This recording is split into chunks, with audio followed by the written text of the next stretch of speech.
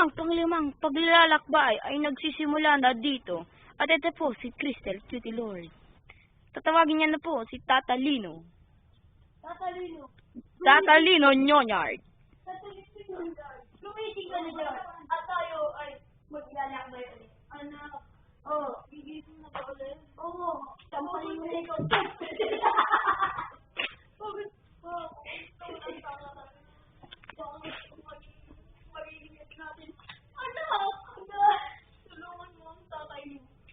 Malapit na po mamatay si Tata Lino Nyonyard. Sa Malapit. Hindi ba malapit matapos ang combo 20 ko?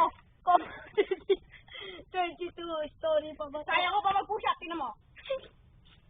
Nakaupo pa ako. Gusto mo. Nakaupo pa ako. Ang lakas mo dito, Talino, nakita nyo. Doon po ang kanilang panglimang paglalakbay. Tayo na maglalakbay ay susubukin yung mga kaya ko pa. Akitin to. Kaya namin akitin yan. Ako si Diego Manaloto. Nanalo sa loto sa panaginip ko. Tingnan niyo po ang aking paglalakbay. Pag nalaglag po. Nalaglag po si Tata Lino Cristel sa taas. Ay, sakit po. Ay, headache. I have a headache. I can't really be your friend. Yung medicine! My medicine! My medicine! My arms! Mangisay ka. My arms! Namatay si Chris. Ito na po si Crystal Cutie Lord. Nahimatay yan. At nabuhay ulit si Crystal Cutie Lord. Ay, mamamatay na rin po. Sino doon?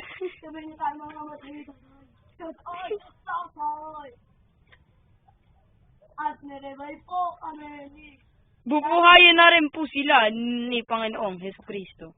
Salamat, Jesus! Salamat, Jesus! Jesus! Ginawa mo nagkakabayad sa amin. Salamat! Salamat! Hindi ko! Salamat, Jesus! Sayang, wala ka sa buhay ko! Jesus! Kailangan ka namin! Yan na! Wait lang!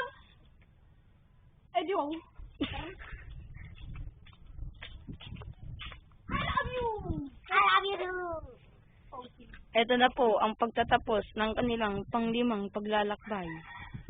Hihintayin na rin po natin ang kanilang pang-anim na paglalakbay.